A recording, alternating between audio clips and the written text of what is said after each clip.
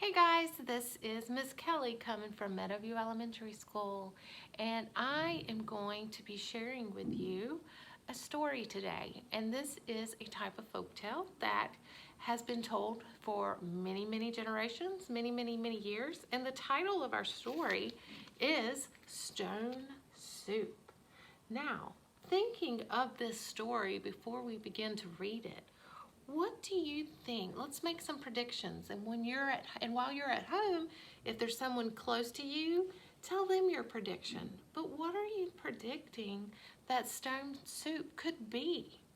Well, since you're not here with me, I asked my Jackson what he thought stone soup might be.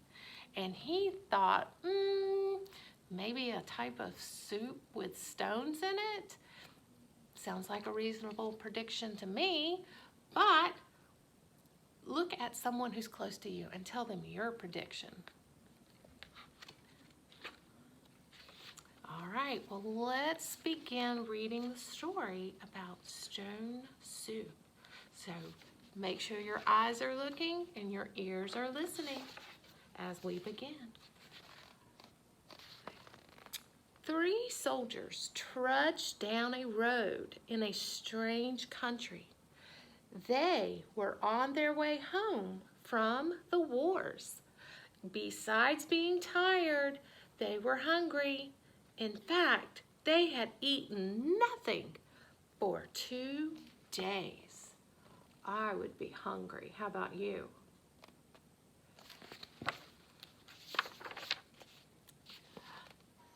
How I would like a good dinner tonight, said the first, and a bed to sleep in, said the second. But all that is impossible, said that third. We must march on.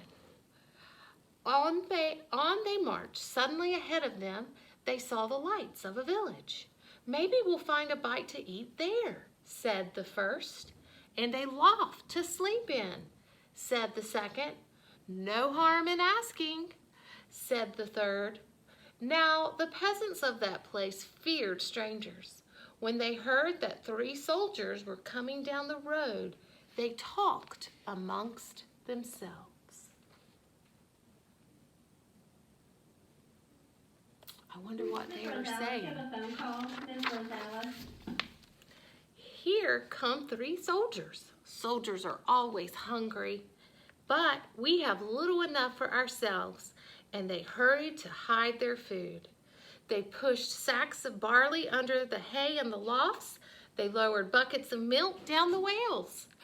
They spread old quilts over the carrot bins. They hid their cabbages and potatoes under the beds. They hung their meat in the cellars. They hid all they had to eat. Then they waited.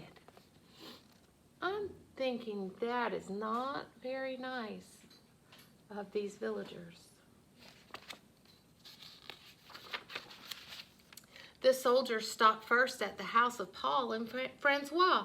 Good evening to you, they said. Could you spare a bit of food for 3 hungry soldiers? We have had no food for ourselves for 3 days, said Paul.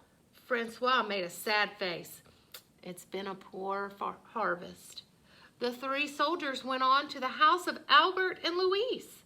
Could you spare a bit of food and have you some corner where we could sleep for the night? Oh no, said Albert. We gave all we could spare to soldiers who came before you. Our beds are full, said Louise.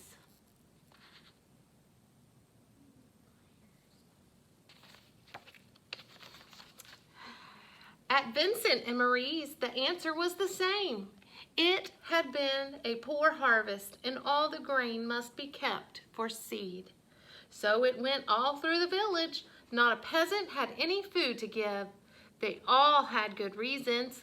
One family had used the grain for feed. Another had an old sick father to care for. And all had too many mouths to fill.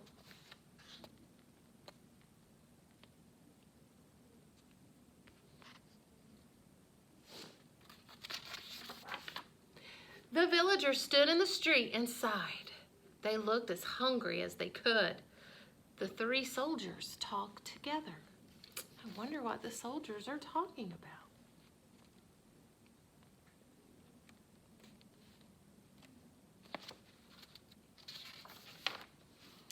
The first soldier called out, "Good people!" The peasants drew near. "We are three hungry soldiers in a strange land. We have asked you for food and you have no food. Well then, we'll have to make stone soup." The peasants stared. Stone soup? That would be something to know about.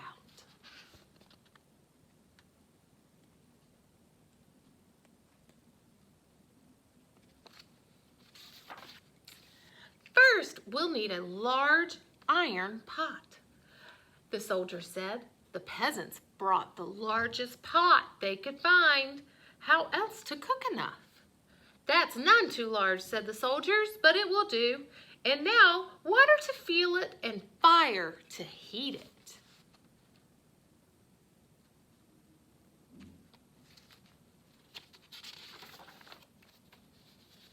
It took many buckets of water to fill the pot. A fire was built on the village square, and the pot was set to boil.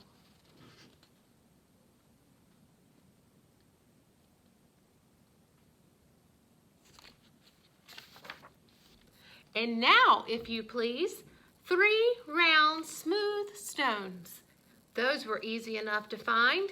The peasants' eyes grew round as they watched the soldiers drop the stones in the pot.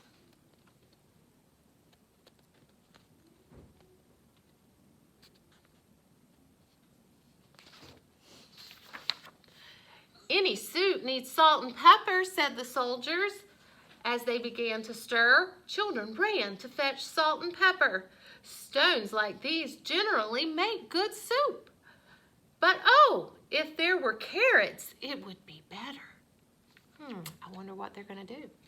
"Why, I think I have a carrot or two," said Francois, and off she went. Didn't think they had any food.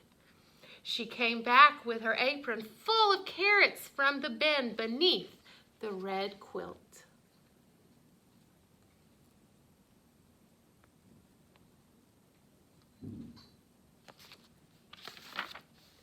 "A good stone soup should have cabbage," said the soldiers as they sliced the carrots into the pot. "But no use asking for what you don't have." "I think I could find a cabbage somewhere," said Marie, and she hurried home. Back she came with 3 cabbages from the cupboard under the bed.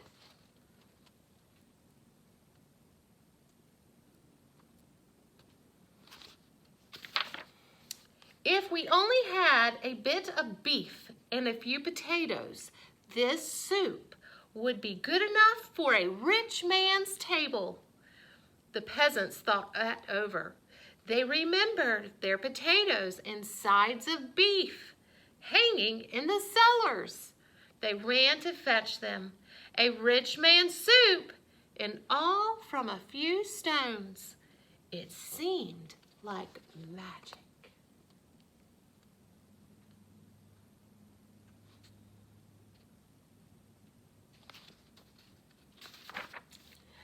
"Ah," sighed the soldiers as they stirred in the beef and potatoes. "If we only had a little barley and a cup of milk, this soup would be fit for the king himself." Indeed, he asked for just such a soup when he last dined with us. The peasants looked at each other. The soldiers had entertained the king? Well, but no use asking for what you don't have, the soldiers sighed. The peasants brought their barley from the lofts. They brought their milk from the wells. The soldiers stirred the barley and milk into the steaming broth, while the peasants stared.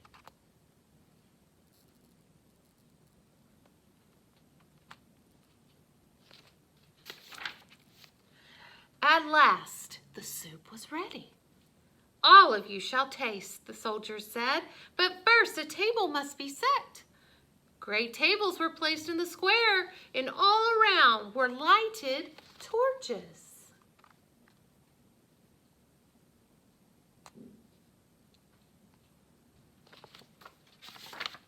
Such a soup! How good it smelled! Truly fit for a king. But then the peasants asked themselves, would not such a soup require bread and a roast and cider? Soon a banquet was spread and everyone sat down to eat. Never had there been such a feast. Never had the peasants tasted such soup, and fancy, made from stones.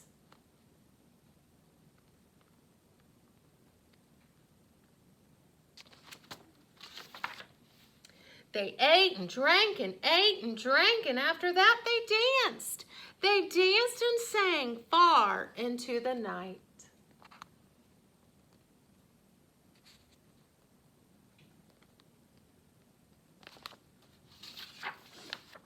At last they were tired.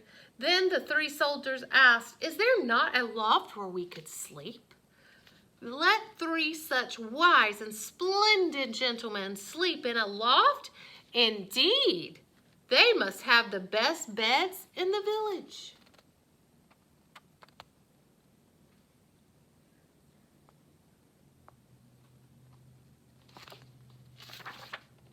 So the first soldier slept in the priest's house.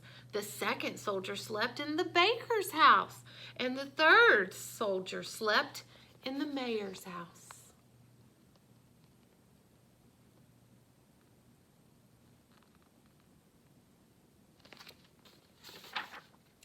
In the morning, the whole village gathered in the square to give them a send-off. Many thanks for what you have taught us, the peasants said to the soldiers. We shall never go hungry again. So now we know how to make soup from stones.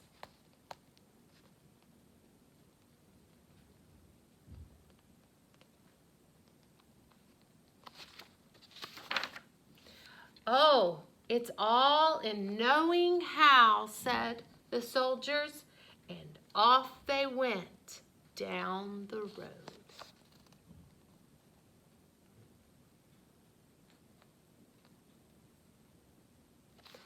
What a great story, boys and girls.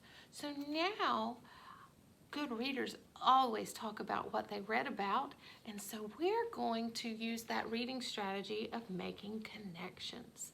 And just so that we can remember how to good readers make good text connections, we're going to look at Miss Kelly's anchor chart, and I'm going to make it so that you can see that instead of me right now. So the anchor chart says, let's make connections. So let's review connections. So the first type of connection we're going to make today is connections which could be text to self. And so when a reader makes a text to self connection, that means that this story reminds you of something that has happened in your life. So let's think about some connections that you as a reader may have made in your brains, in your minds, while you were listening to the story. So it says, what does stone soup remind you of in your own life? So take a few seconds to think of some connections that you made during this story.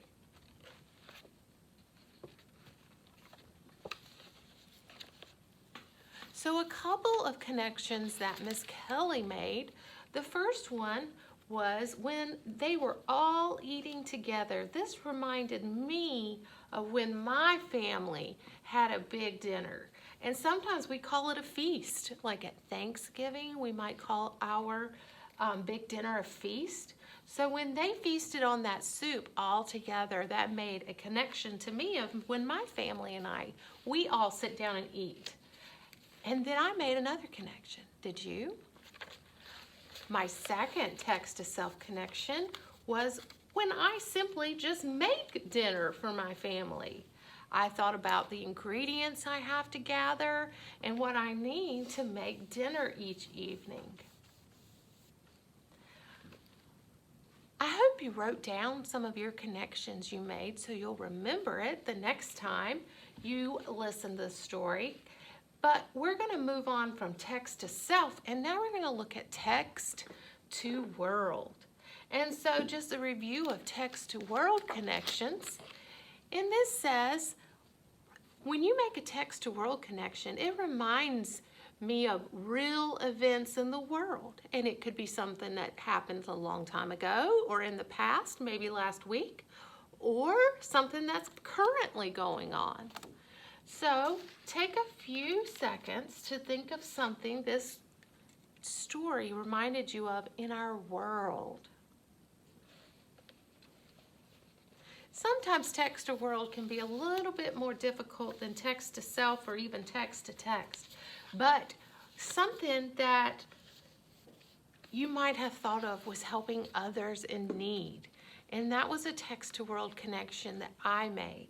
And the first one was when our school holds a canned food drive. We do this a lot of times around Thanksgiving and Christmas, but that's one way I can help someone in need.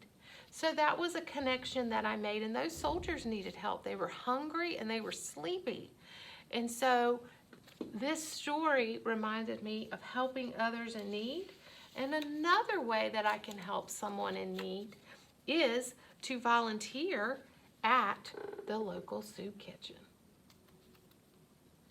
So take a few seconds and write down what your text to world connection you made.